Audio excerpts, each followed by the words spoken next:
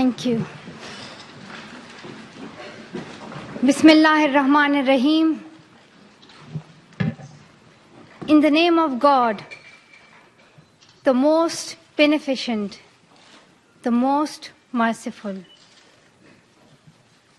Honorable UN Secretary General, Mr. Ban Ki-moon, respected President General Assembly, Vok Yaramich, Honorable UN Envoy for Global Education, Mr. Gordon Brown,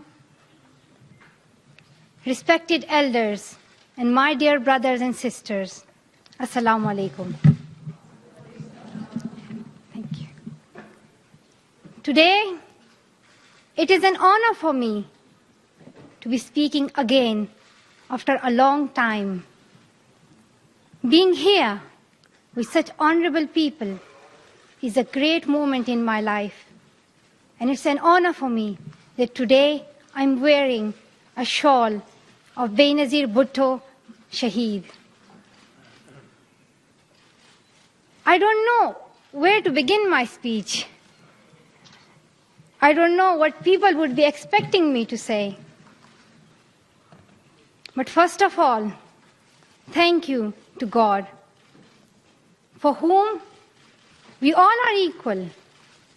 And thank you to every person who has prayed for my fast recovery and a new life. I cannot believe how much love people have shown me. I have received thousands of good wish cards and gifts from all over the world. Thank you to all of them. Thank you to the children whose innocent words encouraged me. Thank you to my elders whose prayers strengthened me. I would like to thank my nurses, doctors, and the staff of the hospitals in Pakistan, in the UK, in the UAE government, who have helped me to get better and recover my strength. I fully support Mr. Ban Ki-moon, the Secretary General, in his Global Education First initiative, and the work of the UN Special Envoy, Mr. Gordon Brown, and the respected President General Assembly, Vok Yaramich. I thank all of them for their leadership that they continue to give. They continue to inspire all of us to action. Dear brothers and sisters, do remember one thing. Malala Day is not my day. Today is the day of every woman, every boy, and every girl who have raised their voice for their rights. There are hundreds of human rights activists and social workers who are not only speaking for their rights, but who are struggling to achieve their goal of peace, education, and equality. Thousands of people have been killed by the terrorists, and millions have been injured. I'm just one of them. So here I stand. One girl among many. I speak not for myself, but for those without voice can be heard. Those who have fought for their rights. Their right to live in peace. Their right to be treated with dignity. Their right to equality of opportunity. Their right to be educated. Dear friends, on the 9th of October 2012, the Taliban shot me on the left side of my forehead. They shot my friends too. They thought that the bullet would silence us. but they failed. And out of that silence came thousands of voices. The terrorists thought that they would change my aims and stop my ambitions. But nothing changed in my life except this. Weakness, fear, and hopelessness died. Strength, power, and courage was born.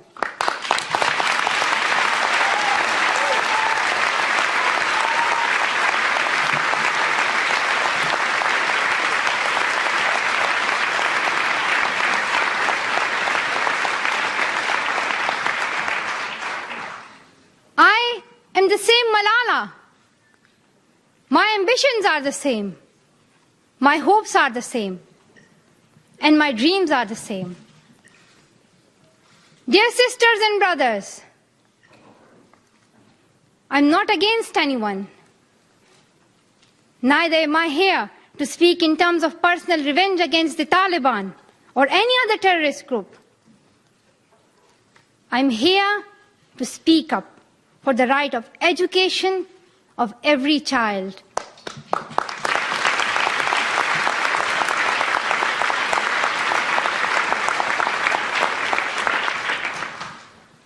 I want education for the sons and daughters of the Taliban and all the terrorists and extremists. I do not even hate the Talib who shot me. Even if there is a gun in my hand and he stands in front of me, I would not shoot him. This is the compassion that I have learned from Muhammad, the Prophet of Mercy, and Jesus Christ and Lord Buddha. This is the legacy of change that I have inherited from Martin Luther King, Nelson Mandela, and Muhammad Ali Jinnah. This is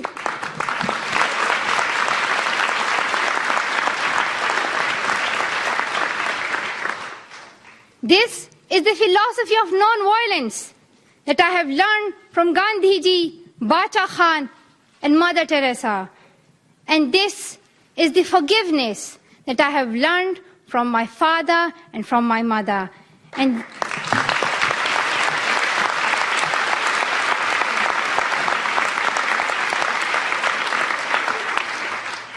this is what my soul is telling me.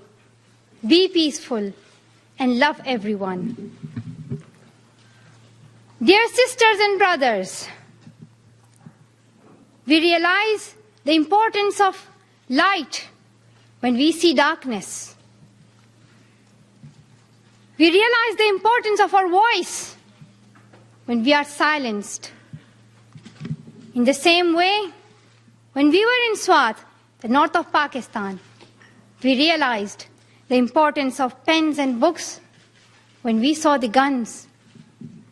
The wise saying, "The pen is mightier than sword," was true. The extremists were and they are afraid of books and pens.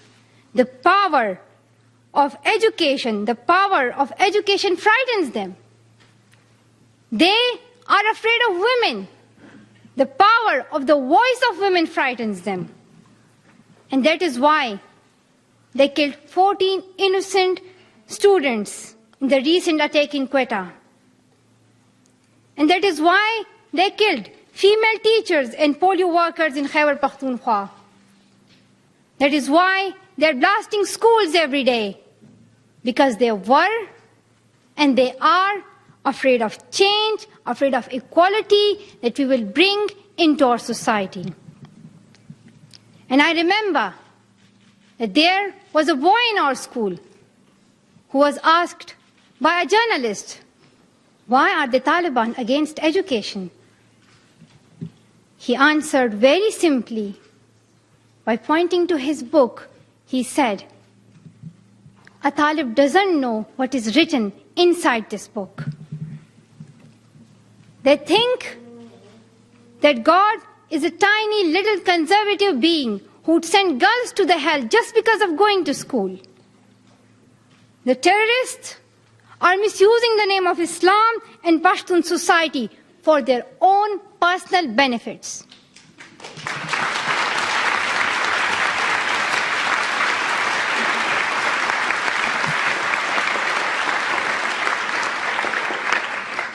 Pakistan is a peace-loving democratic country. Pashtuns want education for their daughters and sons. And Islam is a religion of peace, humanity, and brotherhood. Islam says it's not only each child's right to get education, rather it's their duty and responsibility. Honorable Secretary General, peace is necessary for education. In many parts of the world, especially Pakistan and Afghanistan, terrorism, wars, and conflicts stop children to go to their schools. We are really tired of these wars. Women and children are suffering in many ways in many parts of the world. In India, innocent and poor children are victims of child labor. Many schools have been destroyed in Nigeria. People in Afghanistan have been affected by the hurdles of extremism for decades. Young girls have to do domestic child labor and are forced to get married at early age. Poverty, ignorance, injustice, racism, and the deprivation of basic rights are the main problem faced by both men and women. Dear fellows, today I'm focusing on women's rights and girls' education because they are suffering the most. There was a time when women social activists asked men to stand up for their rights, but this time we will do it by ourselves.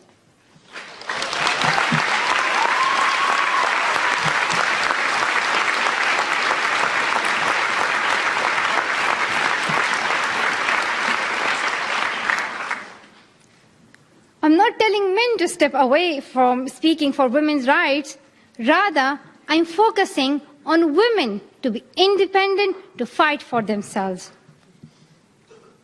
So, dear sisters and brothers, now it's time to speak up. So today, we call upon the world leaders to change their strategic policies in favor of peace and prosperity. We call upon the world leaders that all the peace deals must protect women's and children's rights. A deal that goes against the rights of women is unacceptable.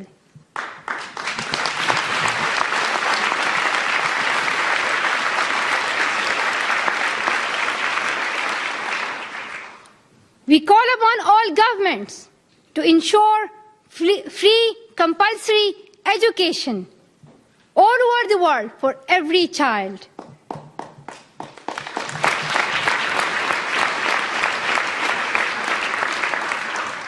We call upon all the governments to fight against terrorism and violence, to protect children from brutality and harm. We call upon the developed nations to support the expansion of educational opportunities for girls in the developing world. We call upon all the communities to be tolerant, to reject prejudice based on caste, creed, sect, color, religion, or gender, to ensure freedom and equality for women so that they can flourish. We cannot all succeed when half of us are held back. We call upon our sisters around the world to be brave, to embrace the strength within themselves and realize their full potential. Dear brothers and sisters, we want schools and education for every child's bright future. We will continue our journey to our destination of peace and education. No one can stop us. We will speak up for our rights, and we will bring change through our voice. We believe in the power and the strength of our words. Our words can change the whole world because we are all together, united for the cause of education. And if we want to achieve our goal, then let us empower ourselves with the weapon of knowledge. And let us shield ourselves with unity and togetherness. Dear brothers and sisters, we must not forget that millions of people are suffering from poverty, injustice, and ignorance. We must not forget that millions of children are out of their schools. We must not forget that our sisters and brothers are waiting for a bright, peaceful future. So let us wage a global struggle against illiteracy, poverty, and terrorism. Let us pick up our books and our pens. They are our most powerful weapons. One child, one teacher, one book, and one pen can change the world. Education is the only solution. Education first. Thank you.